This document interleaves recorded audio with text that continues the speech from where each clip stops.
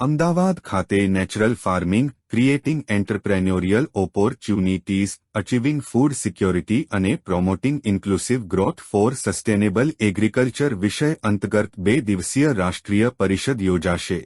Gujarat Institute of Development Research Ahmedabad અને Gujarat Natural Farming Science University Halol દ્વારા ગુજરાત રાજ્યના મહામહિમ રાજ્યપાલશ્રી આચાર્ય દેવવ્રતજીની પ્રેરક ઉપસ્થિતિમાં આગામી 24 અને 25 ફેબ્રુઆરી 2024 દરમિયાન ઉદ્યોગ સાહસિકો માટે નવીન તકોનું સર્જન, ખાદ્ય સુરક્ષા હાંસલ કરવી અને ટકાઉ કૃષિ માટે સર્વસમાવેશક વૃદ્ધિને પ્રોત્સાહન આપવાના ઉદ્દેશ સાથે અમદાવાદ ખાતે natural farming, creating entrepreneurial opportunities, achieving food security અને promoting inclusive growth for sustainable agriculture વિષય અંતર્ગત 2 દિવસીય રાષ્ટ્રીય પરિષદ યોજાશે.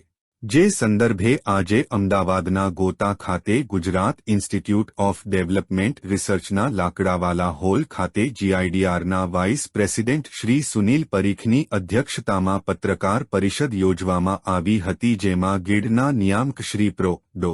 નિશા પાંડે અને Gujarat Natural Farming Science University હાલોલના વાઇસ ચાન્સેલર ડો.સી. ટીમ્બડિયા ઉપસ્થિત રહ્યા હતા અને પરિષદના ઉદ્દેશ્યો વિશે મીડિયાને વિસ્તૃત માહિતી આપી હતી. જીઆઈડીઆર દ્વારા ડાયરેક્ટર પ્રો. પાંડેની આગેવાની હેઠળ પ્રાકૃતિક ખેતીના ઉદ્દેશ્યને આગળ વધારવા માટે સામાજિક વૈજ્ઞાનિકોના સંસાધન કેન્દ્ર તરીકે વિકસાવવા માટેના પ્રયાસો કરે છે, જે રાષ્ટ્રને વિવિધ ટકાઉ વિકાસ લક્ષ્યો હાંસલ કરવામાં મદદ થશે. તેમણે ગીડ કેવી રીતે નેફસુ અને એન.એલ. મંદિરની સીધી દેખરેખ હેઠળ તેના કેમ્પસમાં પ્રાકૃતિક ખેતી પદ્ધતિ દ્વારા પંચસ્તરીય જંગલ મોડલ વિકસાવી રહ્યું છે.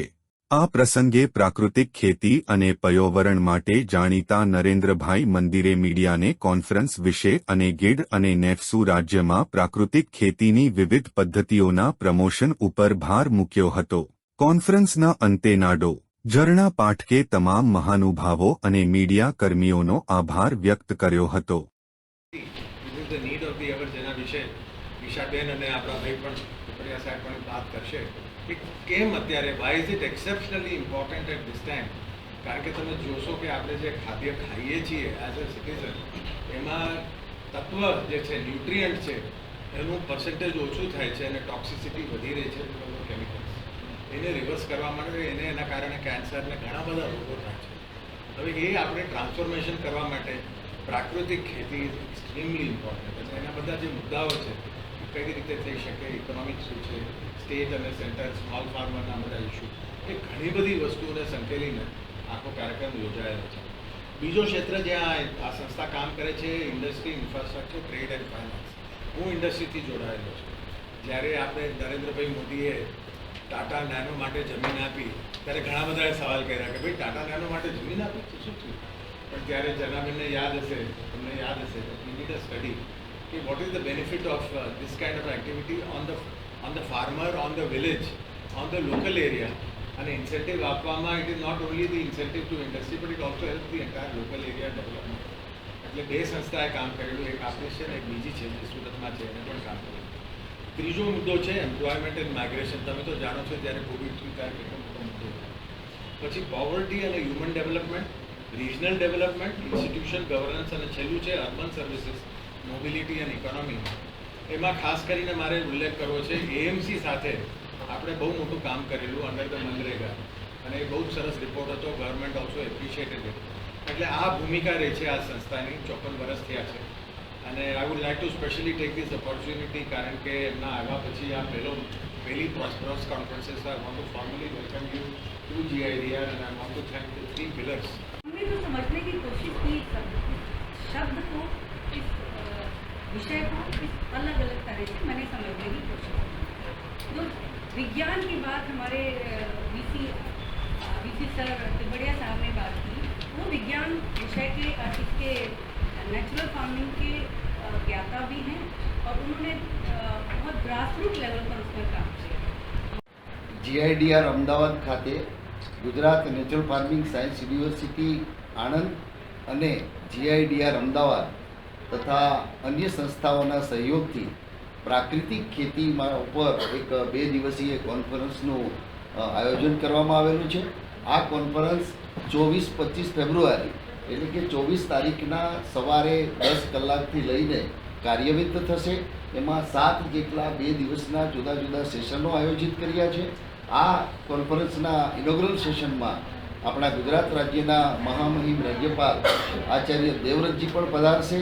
આચાર્ય દેવવ્રતજી પોતે પ્રાકૃતિક ખેતીના શું કહેવાય ખેડૂત તરીકે અને ખૂબ વૈજ્ઞાનિક ઢબે પણ સફળ રીતે પ્રાકૃતિક ખેતીને અમલ કરી ચૂક્યા છે. તો એમના મુખેથી ખાસ કરીને દેશના જુદા જુદા રાજ્યોમાંથી આશરે 150થી વધારે એવા વ્યક્તિત્વોને આમંત્રિત કર્યા છે કે જેમાં વિદ્યાર્થીઓમાંથી માંડી રાષ્ટ્રમાં પોલિસી નિર્માણ પણ જે કરી રહ્યા છે એવા વ્યક્તિત્વોને બધાને અહીંયા આમંત્રિત કરી અને પ્રાકૃતિક ખેતીનું એક ગહન ચિંતન મનન કરી અને દેશમાં અને રાજ્યમાં જન જન સુધી કઈ રીતે વધારે અસરકારક પહોંચાડી શકાય તેના માટેના સત્રનું કોન્ફરન્સનું આયોજન થયું છે.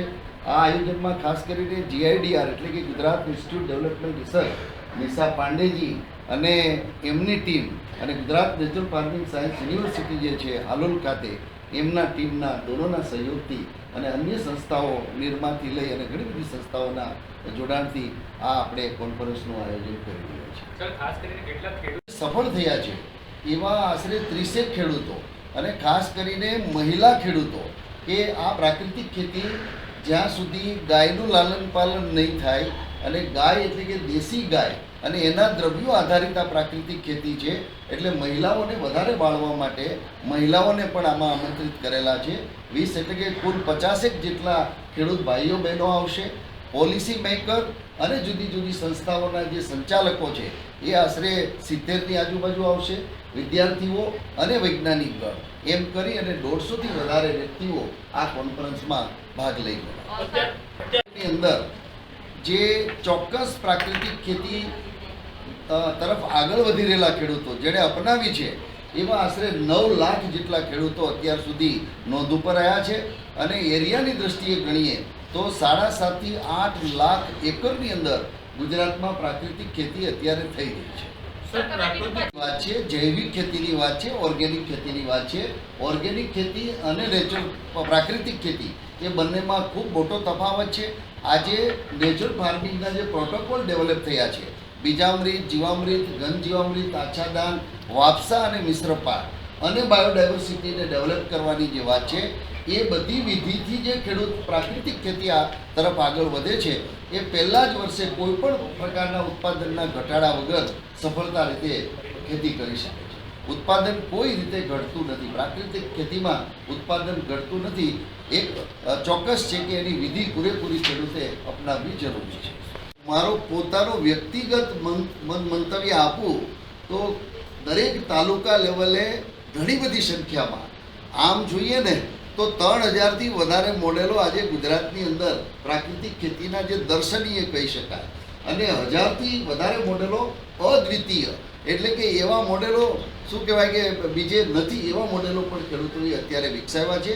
વિશેષ એક વાત મિત્રો કરું કે પંચસ્તરીય મોડલ યાને કે મલ્ટીલેયર ફાર્મિંગ, બાગબાનીની ખેતી ભારત અને ગુજરાતની વાત કરીએ તો આ આખો હિડિંબા વન હતો ત્યારે અહીંયા જંગલો જતા એ કન્સેપ્ટને અત્યારે પ્રાકૃતિક ખેતીમાં ખેડૂતોએ પોતાના ફાર્મ ઉપર પંચસ્તરીય મોડેલો બનાવી એક જ વિસ્તારમાં 20થી વધારે બાગાયતી પાકો અને એના કુટુંબને જોઈએ તમામ પ્રકારના પોષણ પાકોનું વાવેતર કરી અને 1 એકરમાં ખૂબ સુંદર મોડેલો આજે ગુજરાતમાં કાર્યરત થયા છે. આનો પણ ખૂબ પ્રચાર અને પ્રસાર થવો જોઈએ. ખેડૂતને એમાં બહુ જાજી પરિશ્રમ કરવાની જરૂર પડતી નથી. પોષણ અને આવકની દ્રષ્ટિએ જોઈએ તો એના જેવું બીજું કોઈ સુંદર મોડેલ નથી. તો મલ્ટીલેયર ફાર્મિંગ તરફ પણ અત્યારે આપણું વિજ્ઞાન અને ગુજરાત આગળ વધી રહ્યું છે, ખેડૂતો અપનાવી રહ્યા છે.